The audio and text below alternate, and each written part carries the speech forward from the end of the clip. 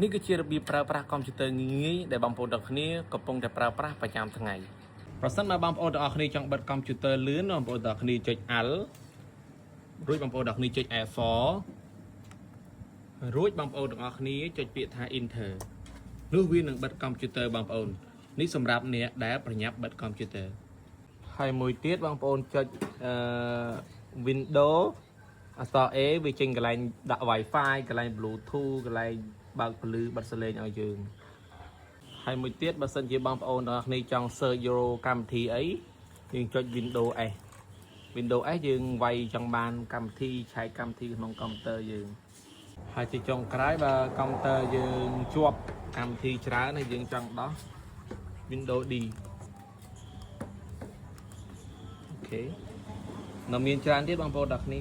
ជាចុងក្រោយបើសិនជាបងប្អូនទាំងគ្នាចង់ដឹងថាកុំព្យូទ័រយើងគឺផ្ញើសារមកហើយឆែកមើលកន្លែងណាបងប្អូនទាំងគ្នាចុច Windows N អញ្ចឹងវានឹង load សារផ្សេងៗដែលយើងបានសរសេរឬក៏យើង download អីនៅក្នុងកុំព្យូទ័រចាំមានតែប៉ុណ្្នឹងឯងបងប្អូនទាំងគ្នា